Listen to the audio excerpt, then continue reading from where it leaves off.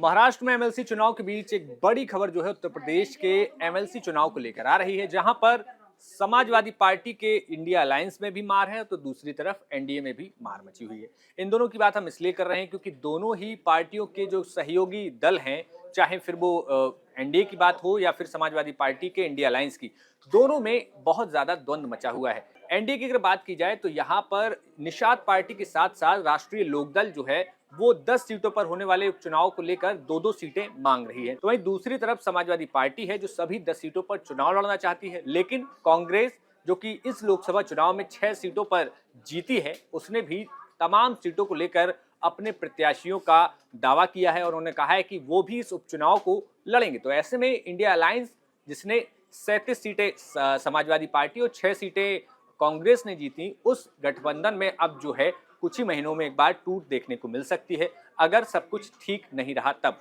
अगर बात की जाए विपक्ष की तो खासतौर पर यहाँ पर अब समाजवादी पार्टी ने जो प्रेशर पॉलिटिक्स एक बार मध्य प्रदेश चुनाव के वक्त अपनाई थी, जब अखिलेश यादव ने बहुत कुछ जो है कांग्रेस पार्टी को कह दिया था, ऐसे में कांग्रेस पार्टी के लिए समाजवादी पार्टी ने कहा है कि आप एक हाथ दो और एक हाथ लो की तर्ज पर आप अगर हमें महाराष्ट्र में सीटें देते हैं, हरियाणा में विधानसभा चुनाव जो है वहां पर अगर सीटें देते हैं, तो हम उत्तर प्रदेश में आपको उपचुनाव की 10 सीटों पर आपको कुछ सीटें यानी कि लगभग जो 4 सीटों की बात सामने आ रही है उस पर उनको लड़ने के लिए मौका दिया जा सकता है। अगर बात करें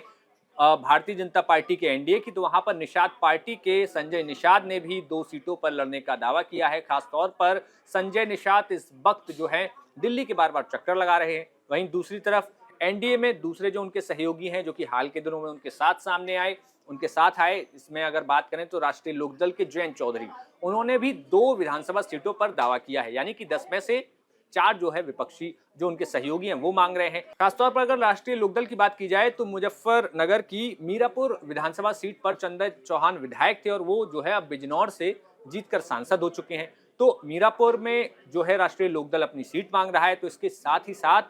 अलीगढ़ की खैर विधानसभा को भी राष्ट्रीय लोकदल ने एनडीए से मांगा है। खैर विधानसभा जो है वहां पर जाट वोट अच्छा खासा माना जाता है, तो ऐसे में क्या भारतीय जनता पार्टी या एनडीए अब जो है राष्ट्रीय लोकदल को वो 2 सीटें देगा? और खासतौर पर अगर निषाद पार्टी की बात करें तो निषाद पार्टी ने मंझवा सीट को मांगा है और खासतौर पर मंझवा के साथ कटेहरी सीट को। ये दोनों ही सीटें 2022 में निषाद पार्टी ने लड़ी थी, तो इस आधार पर संजय निषाद अब उपचुनाव में जो 10 सीटें हैं उसमें से दावा कर रहे हैं। अब देखना ये होगा कि 10 जो उपचुनाव की सीटें हैं, इन 10 सीटों पर हाल ही में कुछ ही समय में चुनाव का ऐलान हो जाएगा और कयास ये भी लगाए जा रहे हैं कि महाराष्ट्र और हरियाणा विधानसभा चुनाव के साथ ये जो उपचुनाव है उसमें इन 10 सीटों पर वोटिंग होगी। ऐसे में क्या भारतीय जनता पार्टी अपने तमाम सहयोगियों को मना पाती है, या फिर समाजवादी पार्टी जो कि इनके साथ अब कांग्रेस इंडिया अलायंस में साथ में है, तो अब क्या कांग्रेस इस बात पर मानेगी? क्या कांग्रेस समाजवादी पार्टी को महाराष्ट्र और हरियाणा में सीटें देगी? क्योंकि महाराष्ट्र में भी 2 सीटों पर समाजवादी पार्टी जीत दर्ज कर चुकी है और वहां पर पूर्वांचल और खासतौर पर उत्तर प्रदेश के तमाम लोग वहां पर जाकर जो काम करते हैं, रहते हैं और एक अच्छा खासा वोट बैंक भी उत्तर प्रदेश और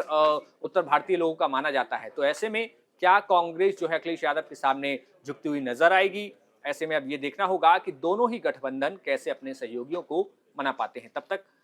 तमाम देश की राजनीति से जुड़ी खबरों के लिए देखते रहिए न्यूज नेशन का डिजिटल प्लेटफॉर्म। शुक्रिया। न्यूज नेशन अब व्हाट्सएप पर खबरों के ताजा अपडेट के लिए न्यूज नेशन के इस क्यूआर कोड को स्कैन करें।